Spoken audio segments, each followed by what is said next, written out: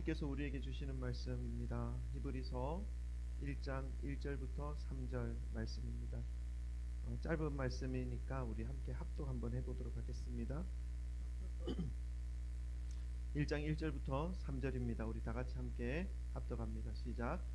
옛적에 선지자들을 통하여 여러 부분과 여러 모양으로 우리 조상들에게 말씀하신 하나님이 이 모든 날 마지막에는 아들을 통하여 우리에게 말씀하셨으니 이 아들을 만유의 상속자로 세우시고 또 그로 말미암아 모든 세계를 지으셨느니라.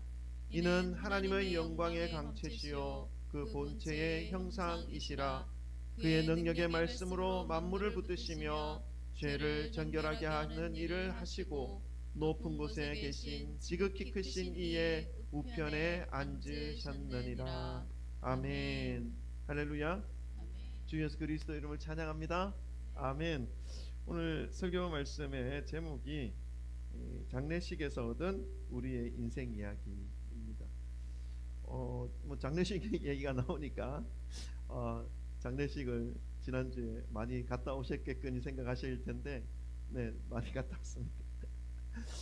우리 또 오늘도 말씀을 받기 전에 우리 서로 사랑 고백하고 말씀 받겠습니다. 우리 서로 돌아보시면서 사랑합니다, 축복합니다, 잘 오셨습니다, 할렐루야. 우리 네, 손도 잡으시고, 네, 서로, 네, 좋습니다. 어떻게 이렇게 자연스럽게 이제 이루어지는지 모르겠네요. 네, 감사합니다. 처음에는 되게 서먹서먹했는데 이제 너무나 자연스럽게 됩니다. 좋습니다. 감사합니다. 저는 지난주 아주 바쁘기도 하였고 또 몇 가지 일을 겪으면서 한 번뿐인 우리의 인생의 의미를 더 깊이 생각하면서 그 인생의 무게감을 실감하는 한 주간으로 보냈습니다. 화요일 날에는 제 큰 누님이 이제 아이들의 큰 고모죠. 7년간 암과 싸우시다가 소천하셨습니다. 그래서 부산에 잠깐 갔다 와서 목요일 날 아침에 또 다시 영종도에 왔는데, 영종도에 돌아오자마자 또 제 사랑하는 소중한 친구, 제 오래된 35년 지기 친구의 큰 누나가 또 위독하다는 말을 듣고 일산에 있는 병원으로 달려가서 기도하면서 그 영혼을 하나님께서 인도해 주시고 주님 품으로 품어 주시기를 위해서 기도하면서 다시 우리가 살아가고 있는 인생의 무게감을 느낄 수가 있었습니다. 그 친구의 누나 역시 어제 아침이죠, 토요일 아침에 하나님 품으로 가셨다는 소식을 들었습니다. 그래서 어제 또 장례식에 가서 누나를 위해서 또 남겨져 있는 가족들을 위해서 조용히 기도하고 돌아왔습니다. 정말로 안타까운 것은 자신의 미래를, 자신이 되어질 운명을 인간은 모른다는 것입니다. 제 큰 누나가 투병 생활을 하는 동안 어려움을 겪고 있을 때에 제가 찾아가서 기도하면서 복음을 전하였습니다. 몸이 조금 좋아지면 교회를 나가겠다라고 하는 의도를 표현해 주셨죠. 그리고 수술 후에 일시적으로 정상적인 생활을 할 때가 있었습니다. 그런데 하나님을 붙잡지 못했던 모습을 보면서 무척 안타까웠습니다. 그리고 또다시 재발하여서 그 후에 이제 한 2년 정도를 투병 생활하다가 결국 소천하셨는데, 제가 장례식장에 가서 영정사진 딱 있는 그것을 보면서 저 혼자 투정했습니다. 눈앞에 이 바보 같은 사람, 예수님 믿고 돌아가셨다면 하는 그런 마음이 있어서 그 영정사진 앞에서 제가 막 투정을 부렸죠. 결국 믿지 않는 사람들의 결정에 의해서 불교식으로 장례를 치르는 모습을 보면서 저 자신의 믿음이 부끄러웠고 또 몰려오는 무기력감에 어떻게 할 수 없는 시간을 보내고 올라왔습니다. 비슷한 시기에 가장 친한 친구의 큰 누나도 인생의 마지막에 서 있었습니다. 그 자리에 목사라는 그 이름으로 흐려지는 의식 속에서 예수님께 더욱 간절히 기도를 드리는 시간을 가졌습니다. 그래도 이 누나는 미국에서 이민 생활을 하였을 때에 교회에 나가서 세례도 받았고 신앙생활을 한 누나였기에 더욱 간절히 영혼을 인도해 주시기를 위해서 기도하고 왔습니다.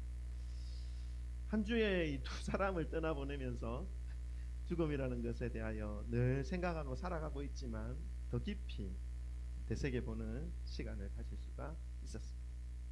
그래도 우리가 이 땅에 살아가면서 가까운 미래에 벌어질 일들에 대해서는 준비하시는 분들이 참 많이 있잖아요.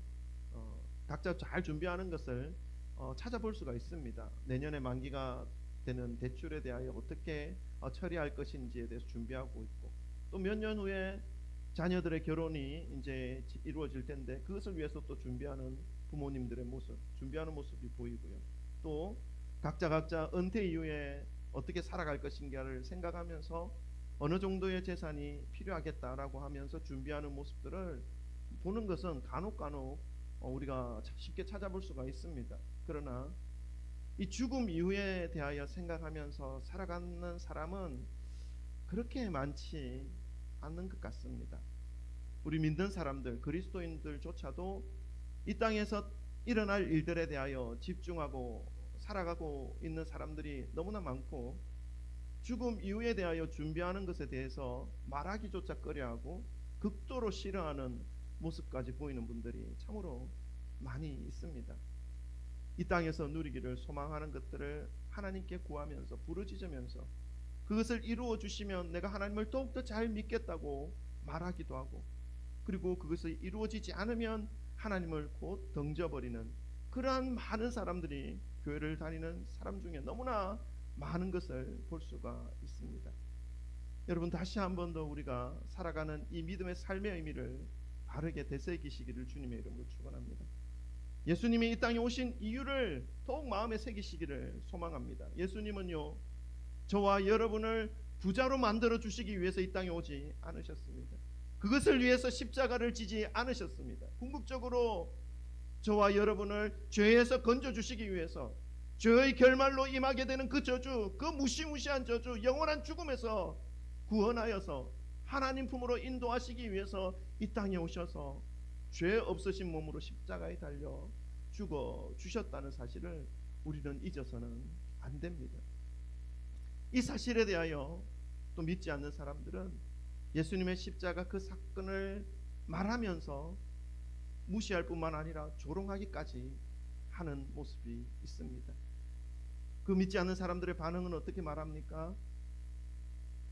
예수가 인류를 대신해서 십자가에 못 박혀 죽었다고 하는데 그것 때문에 우리의 죄가 용서를 받는다고 하는데 그것이 말이 되느냐라고 반문하는 사람들이 참으로 많습니다.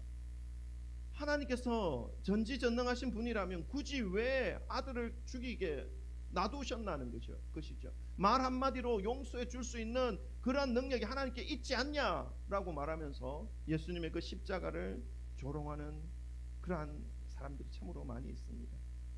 혹시 우리 중에도 이렇게 생각하면서 이 믿음, 우리가 가고 있는 이 믿음을 너무나 가볍고 하찮은 것으로 생각하여서 부끄러움 속에서 신앙생활을 하고 계신 분이 있습니까? 오늘 하나님의 말씀을 마음에 새기시기를 주님의 이름으로 축원합니다. 먼저 오늘 본문 말씀 히브리서 1장 3절 말씀으로 함께 보시도록 하겠습니다. 우리 함께 다 같이 읽어볼까요? 히브리서 1장 3절입니다. 다 같이 읽습니다. 시작. 이는 하나님의 영광의 강체시요 그 본체의 형상이시라 그의 능력의 말씀으로 만물을 붙드시며 죄를 정결하게 하는 일을 하시고 높은 곳에 계신 지극히 크신 이의 우편에 앉으셨느니라. 아멘. 이 말씀은요, 예수님의 본질이 무엇이며 예수님이 어떤 분이신지를 매우 간략하게 설명하고 또 의미 깊게 표현해주고 있습니다. 말씀 보시면 이는 하나님의 영광의 강체시요 그 본체의 형상이시라는 이 말씀은요, 예수님이 하나님의 영광이며 광채, 그 본체의 형상이라는 표현인데, 이 하나님은 너무나 빛나는 분이시며 영광 중에 거하시는 분이라 인간이 하나님을 볼 수 없습니다. 하나님은 너무나 밝은 분이셔서 인간이 하나님을 보는 그 순간 인간은 죽게 되어 있습니다. 그래서 하나님은 자신을 인간에게 표현하기 위해서 그 광채와 영광을 어떤 모습으로 표현하셨냐면 예수 그리스도의 모습으로 이 땅에 보내어 주셨습니다. 그래서 곧 보이는 하나님으로 예수님을 이 땅에 보내어 주셨다라는 것을 말씀하고 있는 것입니다. 그러니까 예수님께서 본질적으로 하나님과 동일하신 분이라는 사실을 알려주는 것이죠. 그래서 예수님을 통해서 우리는 하나님의 뜻과 하나님의 계시와 하나님의 말씀을 온전하게 들을 수가 있고 또 깨달을 수가 있는 것입니다. 계속해서 2절의 말씀을 보면요, 이 모든 날 마지막에는 아들을 통하여 우리에게 말씀하셨으니 이 아들을 만유의 상속자로 세우시고 또 그로 말미암아 모든 세계를 지으셨느니라. 이 모든 날 마지막에는 아들을 통하여 우리에게 말씀하셨으니 라고 말씀합니다. 하나님의 계시가 마지막 날에 예수 그리스도를 통해서 완전하게 이루어진다라는 의미이죠. 하나님의 말씀, 하나님의 뜻, 하나님의 계시는 결국 이 예수 그리스도를 통해서 우리에게 온전하게 전달되어지고 완성되어지는 것인데, 그 예수님을 통해서 온전하게 전달되어지고 완성되어진 하나님의 말씀과 계시가 무엇입니까? 그것이 뭐냐면 인류를 구원하는 하나님의 목적입니다. 그래서 예수님을 우리는 하나님의 계시하신 그 계시를 이루신, 우리의 구원을 완전하게 이루어 주신 구원자라고 고백할 수가 있는 것이죠. 또 우리가 이렇게 말하면 세상 사람들은 또 이렇게 말합니다. 구원자가 나에게는 필요 없다 말하죠. 왜 그렇습니까? 자기의 운명은 자신이 알아서 멋지고 행복한 자신만의 삶을 살아갈 수 있다라고, 구원자는 필요 없다라고 말합니다. 그러니까 어떤 신이든지 뭐든지 자신의 삶에 간섭하지 말라라고 주장하죠. 여러분, 이런 분들은 자신의 의지와 자기 확신이 아주 가득 차 있는 사람들입니다. 그런데 이 사람들의 이런 사람들의 삶을 가만히 들여다보면요, 하나님을 찾지 않을 뿐이지 하나님을 대신할 무언가를 또 찾고 있는 그런 모습을 볼 수가 있습니다. 안타깝죠. 겉으로는 아주 강한 자신의 힘을 보이면서 살아가지만 실제로는 그 자신이 의지할 무언가를 대상을 찾고 헤매이는 모습으로 살아가고 있습니다. 요즘은 그 하나님을 대신하는 대용품으로 무엇을 찾습니까? 시대마다 다르긴 하겠지만 요즘은 스마트폰으로 모든 것을 다 하려고 합니다. 세상의 이치들, 세상의 진리들, 세상에 가르쳐주지 않는 것들 스마트폰으로 다 해결하려고 하죠. SNS와 유튜브, 이런 것들입니다. 이런 것들로부터 자신에게 필요한 것들을 얻기 위해서 매일 찾아 헤매이고 있는 이 세상 사람들이 세상 사람들의 모습을 볼 수가 있습니다. 이 SNS, 안 보이는 것이지만 이 SNS로 인해서 하나의 단체가 만들어지기도 하고요, 마음을 하나로 묶여서 단체로 행동하는 그러한 모양도 오늘날에는 나타나고 있지 않습니까? 이런 것들이 자신이 원하는 것들을 이루어 줄 수 있는 것처럼 생각하는 것이죠. 하나님을 대신해서 신처럼 그 어떤 시스템을 신봉하면서 살아가는 오늘날의 사람들의 모습을 볼 수가 있습니다. 이런 것들로 마음을 안정을 얻고 쉼을 얻으며 세상에 자신만의 세상을 만들어서 그것에서 벗어나지 않으려고 하는 사람들의 습성과 모양을 표현하고 있는 것입니다. 저에게도 이런 유혹의 손길이 계속 옵니다. 이 핸드폰으로 매일 문자가 두세 통 옵니다. 여러분 오시는지 모르겠는데 어떤 문자가 오냐면요, 10만 원으로 3천만 원을 만들어 주겠습니다. 오늘 예상 상한가 종목을 알려드립니다. 부자가 될 수 있습니다. 이 문자가 제게 어떻게 제 번호를 알아갔는지 두세 통 매일 옵니다. 그러니까 이런 목적으로 하나가 되어 버리는 것이죠. 자신들의 어떤 힘을 강하게 만들어 버리는 것이죠. 그래서 나에게 구원자는 필요 없다는 것이죠. 그것이 나를 구원해 주는 유일한 어떤 힘이 된다라는 것을 믿고 있는 것이죠. 오늘날 사람들이 이런 것에 사로잡혀 있는 이유를 가만히 생각해 보면 그 마음이 너무나 불안하다라는 것을 알 수가 있습니다. 불안하기 때문에 이미 많은 것을 소유하였음에도 불구하고 더 소유해야 된다라고 하는 그러한 마음을 가지고 있고요. 그리고 또 절대적인 진리를 믿지 않으면서 절대적인 진리 비슷한 것을 어디에서 찾으려고 합니까? 자신들이 가지고 있는 이 정보에서, 스마트폰에서, SNS에서 찾으려고 하는 모습을 보여주고 있습니다. 이런 것은 이제 앞으로 시대가 진행되면 다음 세대에 더 강하게 나타날 수가 있겠다는 생각이 듭니다. 지금 이 정도라면 앞으로 다음 세대의 우리 친구들에게는 이런 어떤 세상에서 어떻게 믿음을 지킬 수 있을까 하는 그런 마음이 좀 들기도 합니다. 여러분 졸리우실 것 같은데요. 오늘은 말씀을 좀 짧게 한 가지만 말씀드리고 마치려고 합니다. 여러분 이러한 세대를 보고 있으면 옛날 철학자 플라톤이 말한 동굴의 비유가 생각납니다. 여러분 아십니까? 동굴의 비유? 좀 재미있는 비유인데 한 무리의 죄수들, 죄를 지은 죄수들이 동굴 속으로 유배를 당했습니다. 그래서 그 동굴 안에서 살아가게 된 것이죠. 가정을 이루고 자녀를 낳고 대를 이어서 살았습니다. 그런데 그 후손들은 이 동굴 안의 세계가 전부인 줄 알고 있는 거예요. 그래서 동굴 밖으로 나가면 죽는 줄 아는 거예요. 그래서 그 속에서 계속해서 생활하는 것이죠. 어두침침하고 습기가 늘 끼어 있고 태양빛이 들어오지 않는 그 엄지에서 서식하는 곰팡이와 박쥐들과 함께 살아가는 이 세상이 자신들이 살아가는 전부라고 생각하며 그 동굴에서 대대로 살아가고 있었습니다. 그런데 어떤 한 사람이 우연히 동굴 밖으로 나가게 되었어요. 그곳은 보니까 지금까지 자신들이 살아오던 세상과 전혀 다른 세상이 펼쳐져 있다는 것을 알게 되었습니다. 빛이라는 것이 있었고요. 그리고 어디선가 불어오는 시원하고 신선한 바람이 코끝을 스쳐 지나갔고요. 그 바람 속에서 함께 묻혀오는 그 꽃향기는 너무나 향기로운 꽃향기였습니다. 푸른 하늘을 보니까 하늘에 새가 지나가고 구름이 뭉게뭉게 피어오르고 전혀 자신들이 이때까지 살아온 세상과는 전혀 다른 세상이 펼쳐져 있다는 것을 발견하게 되는 것이죠. 그래서 이 사람이 동굴 속으로 뛰어 들어가서 자기 사람들에게, 그 안에 살아가고 있는 사람들에게 바깥 세상을 설명하기 시작했습니다.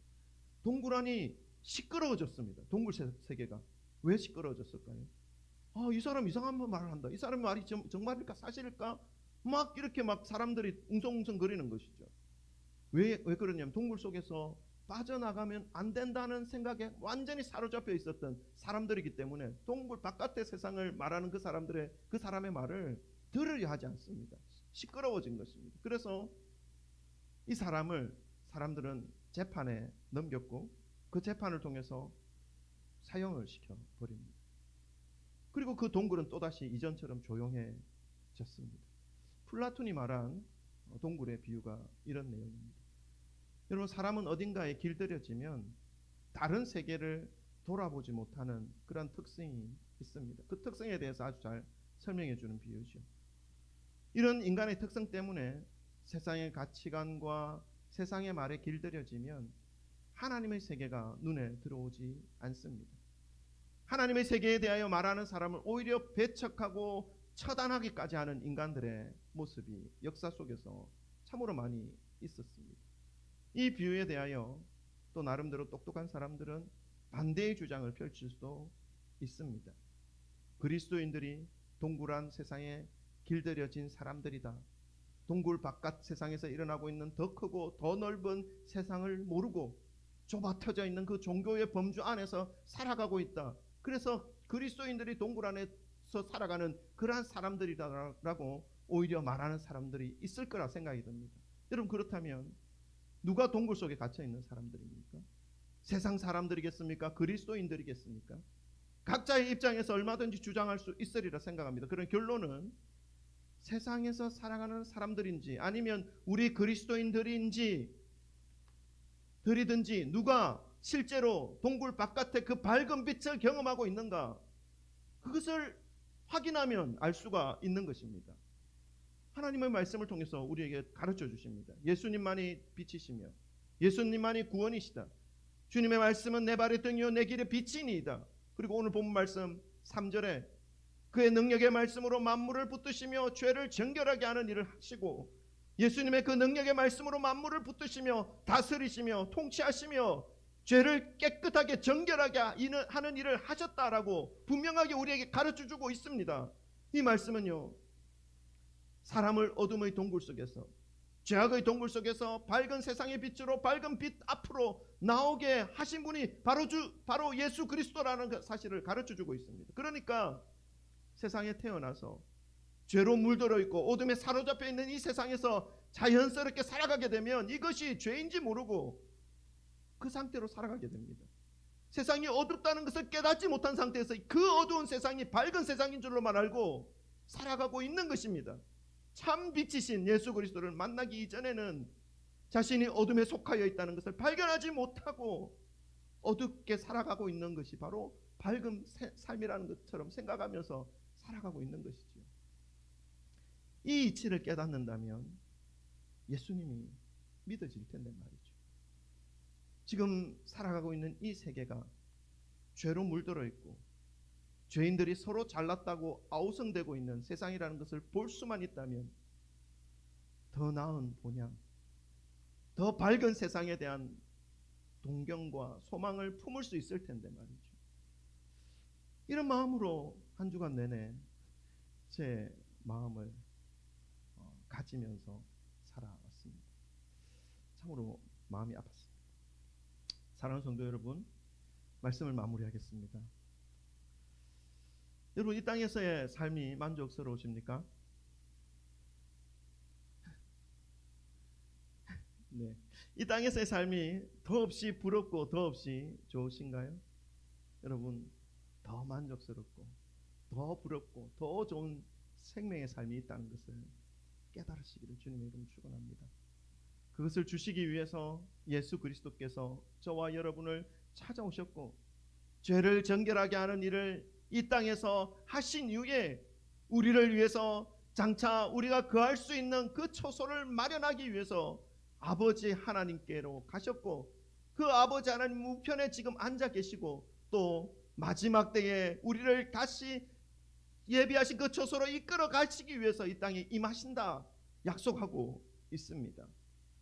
그분이 이제 오신다라는 것을 우리가 기억하고 살아야 하는 것이죠. 그분께서 이제 다시 오실 텐데 그때의 기쁨으로 맞이할 수 있는 그 삶을 우리가 살아가야 한다는 것을 장례식에서 깨닫게 된 우리의 인생 이야기입니다. 같이 예수님 오실 때 기쁨으로 맞이할 수 있는 삶을 살아가시기를 주님의 이름으로 축원합니다. 기도하겠습니다. 오늘 주시는 말씀을